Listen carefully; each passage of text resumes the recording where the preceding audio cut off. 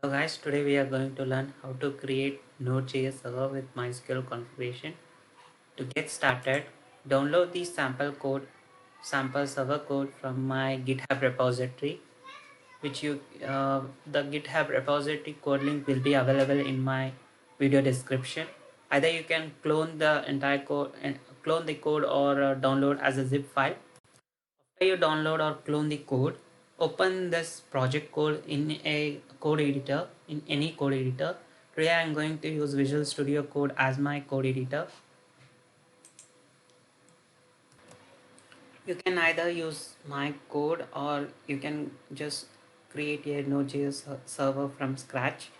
To do that, if you are a student or a new to Node.js, if you have no knowledge on the Node.js, then you can find a video description about how to create the Node.js server from scratch in my video description. Okay, first we have to create a sample MySQL database. To do that, just open this SQL query table, the SQL query folder from my project code. You will find a file called create.sql. I'm going to create one database with the name Node.js and adding one table with the name user.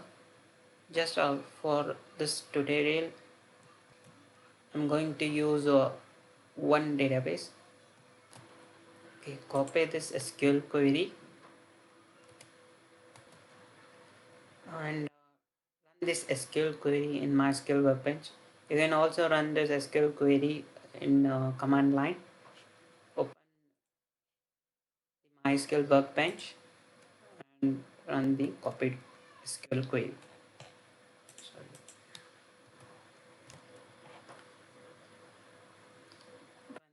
Run the SQL query. After successfully running the SQL query, Node.js database will be created with the table user. And let's go back to Visual Studio Code. Now the database has been created. No need of this for now. Now when the database has been created, now we are going to connect the Node.js server with the MySQL. To do that, we are going to use a ORM tool called Sequelize. Sequelize is the best known ORM tool for Node.js server. And open the app.js file. App.js is the main configuration file for this Node.js server, and we are going to use this Sequelizer ORM tool, which will help in connecting Node.js server with the database, and also helps in running the SQL query. Okay, let's start to connect the Node.js server to the MySQL. Just configure the credentials over here. In the app.js file, in the line number 13, you need to configure some database credentials. You have to update the database credentials over here. In the first parameter, we have to write the database name, and our database name is Node.js. If you are using some other database, you can just use that name over here. And the second parameter will be the username will be root, and third parameter will be password. My DB password have been used as password. You have to enter your DB password. It will be different for you. And the remaining configuration, we do not require any changes. And over here, from the line number 29, we are trying to connect to the DB.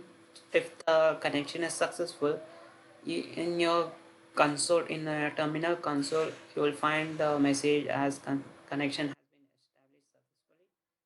If it is for some other reason, if you have entered some wrong credentials, then you will find in your console as a message unable to connect to your database. Okay. The connection has been established successfully. The next step is we are going to import the ORM model files. We need the ORM model files, which helps in running the SQL queries. And we will get all the ORM model files in this model directory. In this directory, this folder, there is one model file called user.js, which maps to the user table. If you add a more number of table, if you add for example, if you add two more tables, then we require two more model files. And to do, we can create this model files by auto generation. I will let you know how to create the model, how to create ORM model files uh, at the end of the video. After you import all the ORM model files, we'll be storing that in a constant variable, and we are going to export that variable model variable for future use. And in this server, I have been used this model variable. I mean now the entire models in my REST API. Okay, let's now see how to just with an example how to uh, create a record in the user table and how to fetch the data from the user table with two REST APIs. And the REST API configuration has you will find from the line number 57. And there are two REST API files in one REST API with the file name user.js. I have passed this model, imported model, which we will be using in our REST API. Okay, let's now go to our REST API file. Open the roots folder and you will find user.js file. In this REST API, in this REST API file, you will find two APIs. One is to save the record in the user table. Another API which will fetch the user detail using the user ID. And the model variable which we passed in app.js to this user.js REST API file, you will find over here as a parameter. We are going to use this DB models parameter to import the ORM model files. Okay, let's see how to create a record in the user table.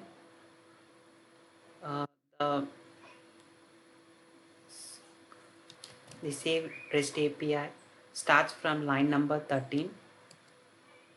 Over here,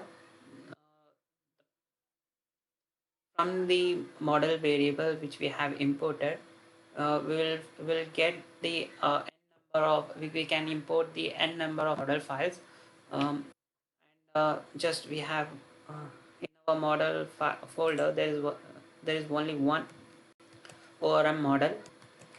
Okay, from the model passed parameter, model variable parameter, we will get the user model file, and the user model file will have n number of SQL CRUD function. To create a record, we are going to use create function. In this create function, we have to pass the request body uh, to save to save the user record. And if the SQL query runs successfully, then you will enter into the success block. If there is any error, you will find the catch block. And the query has run successfully, then the user in your console, in a terminal console, you will find the message, console message, user with ID created successfully. If there is any failure, then you will find the error message as error occurred while creating the user. Uh, when you access this API with the slash save API, in your response, in your request, you will send the name, first name, last name, and email. And in return, if the user has been created successfully, in the response, you will get the user ID. And the this user ID we will be using to get the user record from the table. And here we will find the another API, another get API, which which will get the user record using the user ID. After creating the user record, you will, in response, you will get the user ID, and by passing the user ID in this path, you will get the user record back from server. Okay, and in this API, get REST API, we are going to use the same model, and we are going to use the find all method uh, from the model file, which will return the records from the database. And this find all method, and in the find all function, you will find a where condition where we are going we have been passed the user ID parameter, and we are querying with where condition as where user ID as where user ID equal to the passed parameter. And the request dot params dot user ID is nothing but the parameter which you have been passed in the REST API path. And if this SQL query runs successfully, you will enter into the success block, and in return you will get the user JSON. And if there is any error, you will end up in the catch block. Okay, as I said earlier, I will let you know how to create the auto-generated ORM model files. I have already committed one file, user.js. If you are going to experiment with more number of tables, then I will let you know how to create this model programmatically.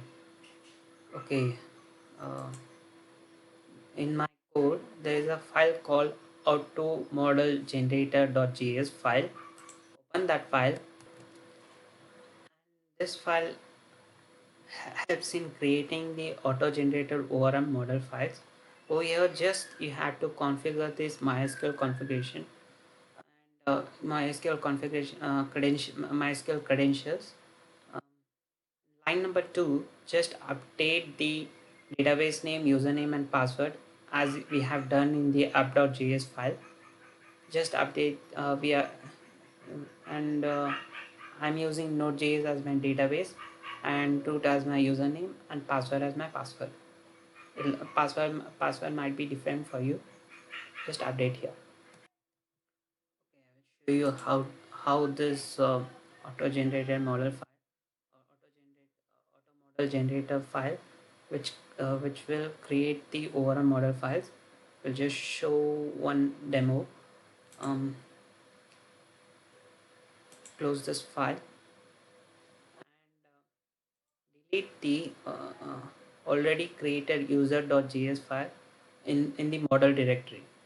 There is also a file called user.js in the roots directory. Do not delete that.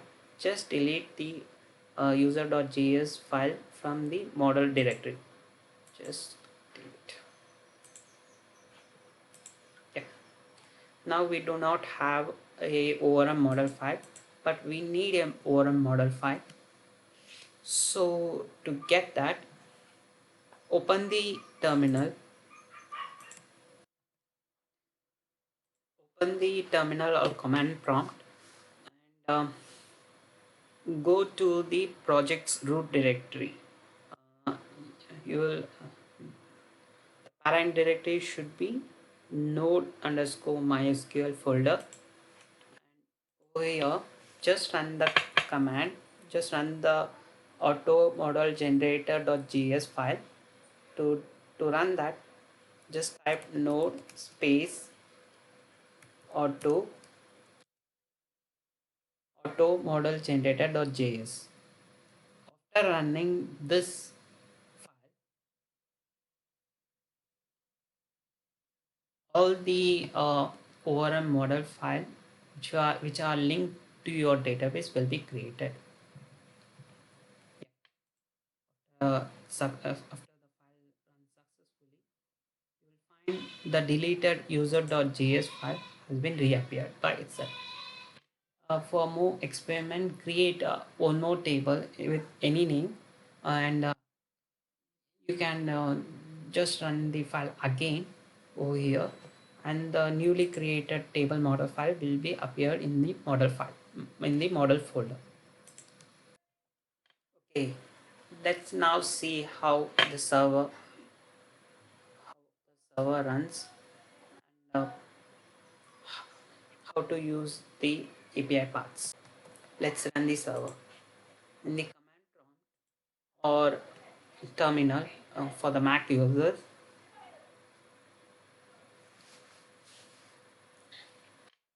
can type you can run the server by two commands. One is npm space start, or you can run with node space slash no, slash node space bin slash www. The easiest one is npm start.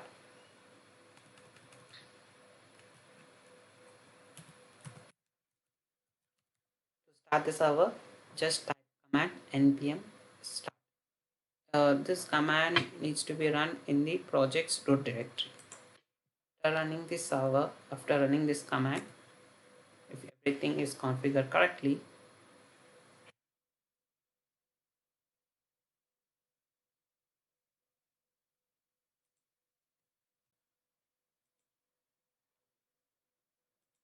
you will find these three messages. Server will start at port number 3000 and the connection has been established successfully.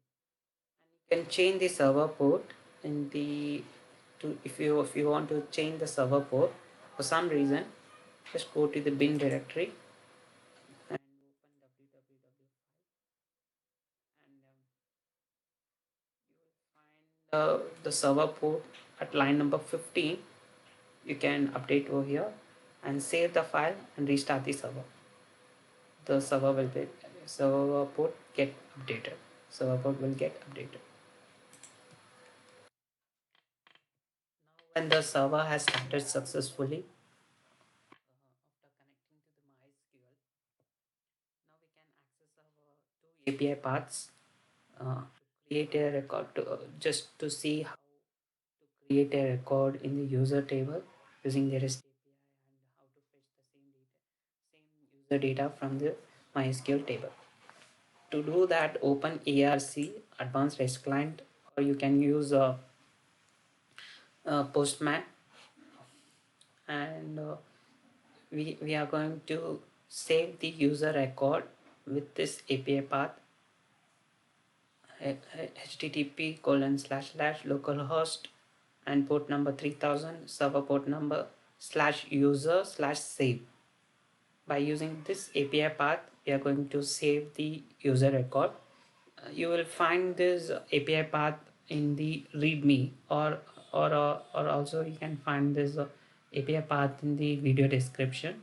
This is a post method, and we are passing the request body. We are just passing four details: username, first name, last name, and email. And in this header, set the content type as application/json and send the request. Content type as application/json. Okay, now send this API request. Successful creation, in response you will get the user ID, and you can just cross check in MySQL table. Open the user table, you'll find the in first row you'll find your user record. Okay, let's now check the REST API get method. This is the API path, localhost colon slash localhost colon 3000 slash user slash get user slash user ID slash one user. One is the user ID which we have got in our save REST API response. This is the get API method. After you send this API path, in response you will get the user first user. Thanks